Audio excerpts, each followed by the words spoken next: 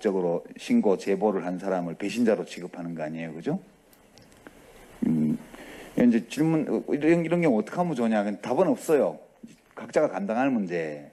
인생은 참 냉정한 거예요, 그렇게 보면. 근데 이제 이 대목에서 제가 조금 이제 드리고 싶은 말씀은 내가 이것을 감당할 수 있는가를 잘 따져 보셔야 돼요. 정답이 있는 게 아니거든요, 그 문제도. 근데 옳지 않은 일을 보면 그걸 바로잡기 위해서 뭘 해야 된다. 이게 도덕적 규범이에요, 우리가 가지고 있는. 근데 이제 그렇게 했다가 죽은 사람도 엄청 많고요. 진짜 옛날에 뭐 민주주의 시대가 오기 전에 옛날에 왕조 시대 이럴 때는 그러다 죽은 사람이 엄청 많잖아요. 세게 대들어서 성공하면 자기가 왕이 되기도 했고요. 지금은 그런 시대가 아닌데, 그러나 사회 전체가 그런 부패에 젖어 있을 때 그 안에서 이 규범을 따라서 간다는 것은 굉장히 힘든 일입니다. 최근에 이제 사건들을 보면 우리 사회가 얼마큼 일그러져 있는가. 이게 제가 한국 사회가 생지옥이다 그렇게 생각하지는 않지만 또 괜찮은 점도 많은 사회지만 되게 못났다. 사회가, 세상이 라고 느끼는 게, 우선 이제 세월호 사건을 보면 진짜 다 부패했잖아요. 원인이 부패잖아요. 서로 봐주는 거예요. 부패라는 게 꼭 돈이 오가야 부패가 아니고, 지금 당장 돈이 오가지 않아도 어떤 이익을 장기적으로 주고받을 것을 전제로 해서 지금 상대방의 잘못을 눈 감아주는 게 부패예요.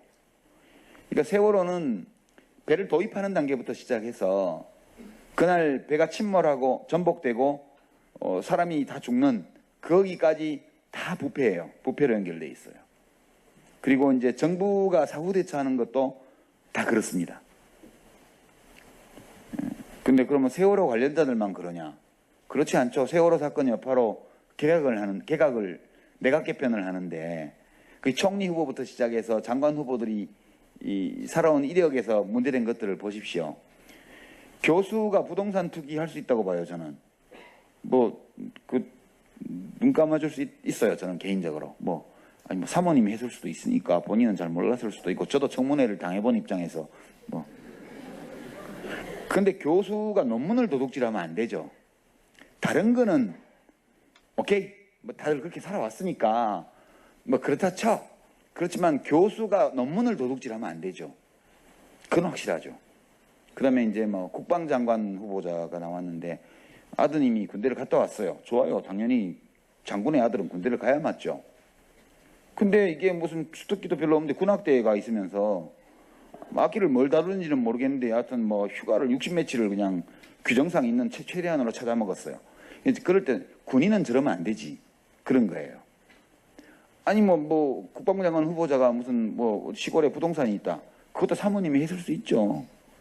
군인은 나라 지키느라고 전방으로 어디로 다니는 동안 노후도 걱정되고 그러니까 사모님이 어디 또 친구들하고 어울려가지고 땅 좀 샀을 수 있죠.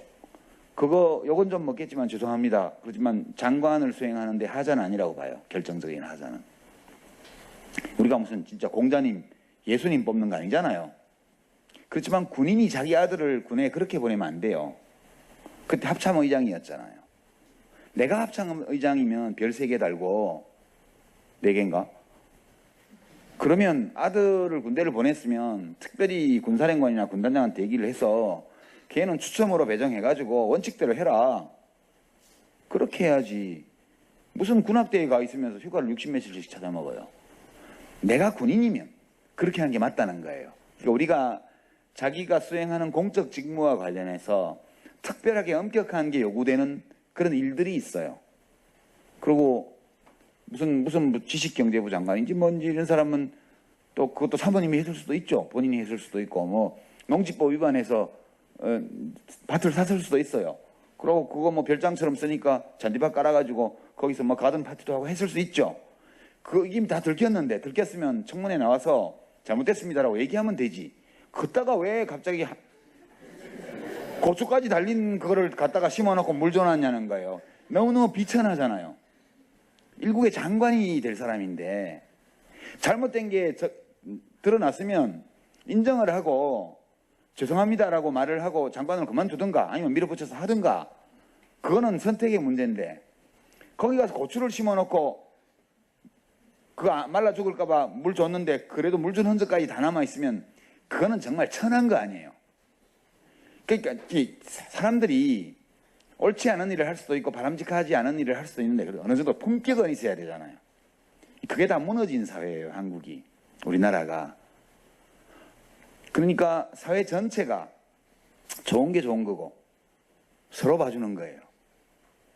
서로 봐주는 이런 판국에 어떤 사람 하나가 중불나게 나와가지고 이건 이렇게 하면 안 돼요, 법이 이렇게 돼 있어요, 저건 저렇게 하면 안 돼요, 규정이 이렇게 돼 있어요, 이렇게 하고 그래도 하니까 어디 청와대 신문고에 뭐 올렸다든가 그러면 그 일을 저지른 사람들이 잘못을 느껴야 되는데 그게 아니고 너는 뭔데 이 자식아 걷다가 제보를 하고 그래. 못 믿을 놈이네. 그 저놈하고 이제 얘기하지 마. 이렇게 하고 그 사람 왕따를 시키는 구조예요, 우리나라가. 저는 이 부패 문제를 둘러싸고 뭐 공직사회가 부패했다, 뭐 국회의원들이 부패했다 그러는데 솔직히 말하면 저 국회의원 해봤는데요. 장관도 해보고. 국회의원 부패가 민간 부패보다 훨씬 덜해요. 제가 생각하기에는. 민간 기업들의 부패는 말할 나위도 없고요. 대학까지 그렇잖아요. 자기 제자가 쓴 논문에 제1저자로 자기 이름 올리는 건 부패 아니에요? 부패죠. 그 제자가 왜 그렇게 하게 했겠어요? 나는 하지 말라고 그러는데 제자가 우겨서 했다? 거짓말하고 있어. 지도교수를 그렇게 해줘야 나중에 뭐가 올 거 아니에요. 돈은 아니겠지만 뭐 설마 뭐 그렇게 한 푼 두 푼 제자 논문 연구비까지 가로채서 사모님한테 결혼 몇십 주년 기념 현금으로 선물하는 분이 설마 제자한테 돈 주겠어요? 돈이 아니고 다른 게 오가요.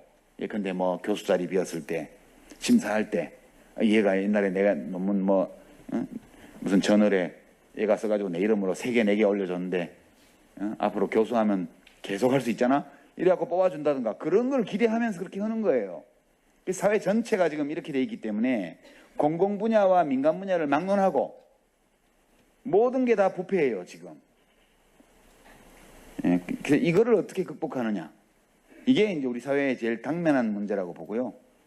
저는 이게 뭐 법이나 제도를 정비해서 뭘 해서 할 수 있는 것도 있지만, 지금 질문하신 분처럼 누군가가 처음에 좀 괴롭더라도 이걸 깨는 노력들을 곳곳에서 할 때 이것이 좀씩 깨져갈 것이다. 그렇게 생각하고 고생은 하시겠지만 그래도 잘하셨어요. 고생은 혼자 감당하셔야 되고 그게 좀 불공평하긴 한데 그래도 이제 너무 힘들면 일정 부분 또 타협할 수 있다, 저는 그렇게 생각합니다. 인생은 짧지만 그래도 살 날이 많이 남아 있잖아요. 이제 30이신데. 그래서 우리가 분노를 느낄 때 분노를 표현해야 돼요. 그러나 그 표현하는 방법은 사람마다 다를 수 있고요. 굉장히 또 지혜가 필요해요. 왜냐하면 우리가 모두가 다 어리석은 세상에 살고 있는데 어리석은 세상에 살아야 돼요. 이 세상의 어리석음을 내가 다 단숨에 바꿀 수가 없는데 이거하고 일체 타협을 하지 않으려면 죽는 수밖에 없어요. 그죠? 그러니까 우리는 어리석음과 더불어 어리석은 세상 속에서 살면서 최대한 그 어리석음에 젖지 말고 물들지 말고 그리고 조금씩 야금야금 그 어리석음을 바로잡으려는 노력을 하면서 살아야 그게 전 좋은 삶이라고 생각해요. 조금도 타협할 수 없기 때문에 세상과 그냥 부딪혀서 죽어버리는 거, 이것도 선택할 수 있는 대안이긴 하지만 그것이 바람직하다고 말하기는 어려워요. 그냥 살아가기 위해서 나도 거기 붕덩 빠져서 푹 젖어서 잘 살 수 있겠죠. 그렇지만 그것이 품이 있는 삶이다, 인간다운 삶이다, 이렇게 말할 수도 없다고 생각해요. 그래서 저는 세상의 어리석음을 껴안아야 된다.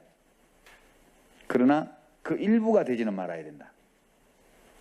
그리고 세상의 어리석음에 전면전을 선포하고 인생을 다 걸고 부딪히지는 않더라도 야금야금 내가 할 수 있는 것을 할 수 있는 만큼 그 어리석음과 싸우는 노력, 그걸 바로잡는 노력도 해나가면 이게 얼마만큼 타협하고 얼마만큼 싸우느냐, 그런 각자의 몫이라고 봐요.